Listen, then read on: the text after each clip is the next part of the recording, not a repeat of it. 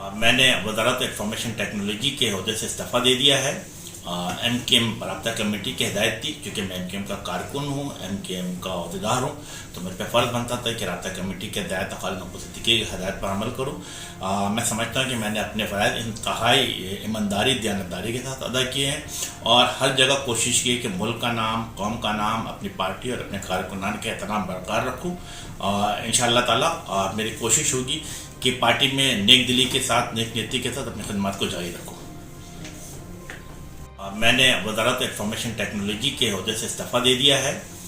M کے M رابطہ committee کی ہدایت تھی، کیونکہ میں ایم کے ایم کا کارکن ہوں، ایم کے ایم کا عہدیدار ہوں، تو میرے پہ فرض بنتا تھا کہ رابطہ کمیٹی کی ہدایت خالد محمود صدیقی کی ہدایت پر عمل کروں۔